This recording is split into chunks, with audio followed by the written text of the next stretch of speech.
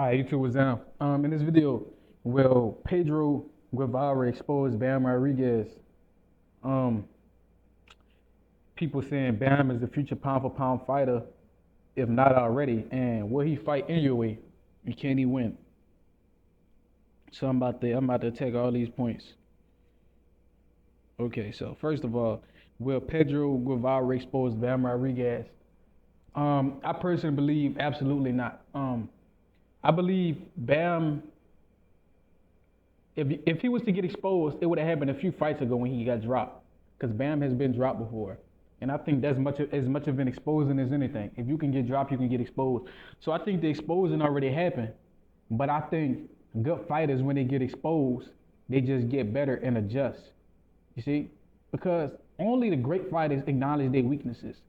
Some of the best fighters in the world will be like, yeah, I'm not that much. You know, they think they're the best, but in the grand scheme of things, there's always somebody that can whoop your ass. But to be a good fighter, you got to understand that, yeah, there's always somebody that can beat my ass.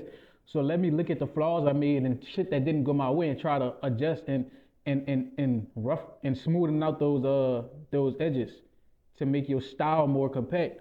Let's look at a Devin Haney. Devin Haney got dropped recently.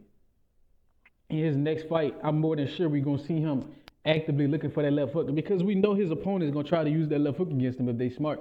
If you seen Ryan Garcia do what he did to Devin, they're gonna try to use that left hook, shaboom. They're gonna try to hit him up, boom, try to knock his shit out. But he got to be ready for that, because against Linares, he kept getting caught with left hooks, and he never had adjusted because nobody else was able to make him pay like that. But when he ran into Ryan, Ryan was able to make him pay. Ultimately, he need to adjust and he need to get better. We saw that with Inoue versus Luis Neri, I believe. I think, was it Neri that hurt him? It was somebody that hurt Inoue first round, had him ass up, face down, face up, face down, ass up, tooted up, back arch like a motherfucker. It's crazy how nobody made memes about that, but yeah, Inoue had that ass tooted.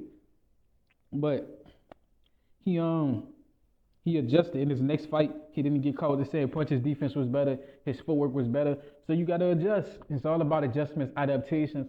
Like Bruce Lee, be like water. Water is formless. Water can be weak. Water can be strong. Be what you need to be. You know, don't be a rock, because a water can beat a rock easily over time. Boom, consistently. Boom, boom, boom. Don't be no rock. Don't be stiff. Don't be stuck in your ways, because you stuck in your ways. Somebody who adaptable can make you look crazy. You stuck in your ways, they gonna find different techniques to exploit you. Let's look at a fighter that was stuck in their ways. Who was stuck in their ways? Good. Tim Tszyu was stuck in his ways. He won't come on the line and throw hard punches. Tim Tszyu was stuck in his ways. He got his ass whooped by Bachram. I'm talking about got his ass, wow, blicky, stop, like he got his ass whooped, like he stole something, bro. Who else? Errol Spence. Old habits die hard. Errol Spence got his ass whooped. He was stuck in his ways. Terrence Crawford is probably the most adaptable fighter in boxing. Every fight he could come out with a different style, tailor-made to defeat you. If you don't respect your power, he probably could walk you down. If he think you a hardhead and you can't box, he gonna outbox you. And if you're a pressure fighter, he gonna counterpunch you like he did Errol Spence. So ultimately, I don't know Pedro's style, but if Bam wants to beat him, he has to adapt to his opponent and make his opponent adapt to him. You know, you have to be very switchable. You got to be you got to have multiple different styles of fighting. Now you can go around the world with one style of fighting, but you ultimately gonna run into that guy who could beat you, like Errol Spence, like Terrence Crawford. Muhammad Ali was going around putting belt to ass. He ran into Joe Frazier. That left foot gave him hell. So I don't think this dude gonna expose Bam. I think Bam already been exposed. That he didn't sharpen up his weaknesses. I also think Bam is a future pound for pound fighter if he's not already pound for pound. I think it's an argument that he enough, but I think you can also put some people over him. It just depends on what you're feeling. I think I think 2 to 3 division weight champion. Not really sure, but he didn't put some belt to ass in multiple divisions. So that's the definition of pound for pound. So I would give him the nod, honestly, because he's been running through so many divisions. I believe that if you are a 3+ weight division champion, then you can be labeled as pound for pound. You know, I don't understand how these guys have better be pound for pound when he isn't. He has only fought in one division. If he goes to cruiserweight and put belt to ass, then I say, okay, he cool. He could be a pound for pound. Even Bebo, he's only fought at one division. So if he moves up and put belt ass, I can call him. Or if he move down and put belt ass, I can call him pound for pound.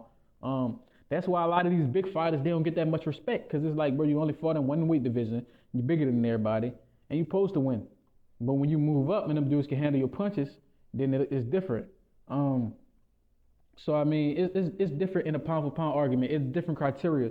People argue about this, but it's all subjective. It's personal preference. If there was an objective way to decipher pound for pound, then the argument would be easily made. But because it's so subjective, people argue all day and night, just like politics and religion.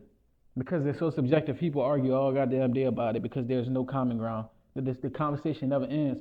Just like the pound for pound conversation, it never ends because it's so subjective. So I don't really get into that too deep into that.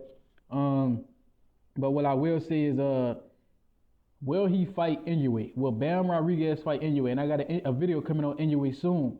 The boy got paid. But will Bam fight Inoue? And who will win that fight? Will Inoue be too far out of his prime? Will Bam catch him at just the right time? How will that fight turn out? I know both guys have been dropped in their career. Both guys do a good job stopping people. But I think Jesse Bam Rodriguez has a higher skill ceiling than Inoue. I think Inoue is good.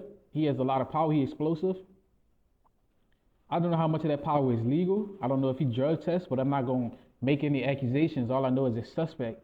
But what I will say is Jesse, he has a higher skill ceiling. He has better forward. He can step around you. He can box you. He can punch you. He can do so many different things that I don't think Inoue can do. I haven't seen Inoue step around you and do Cuban style footwork and all type of shit and step around you and make you look crazy. Do ghost steps and shadow steps like Lomachenko and disappear and get to the side of you and punch you where you can't even see him. I've seen Jesse do that shit. Jesse like the Matrix in that motherfucker.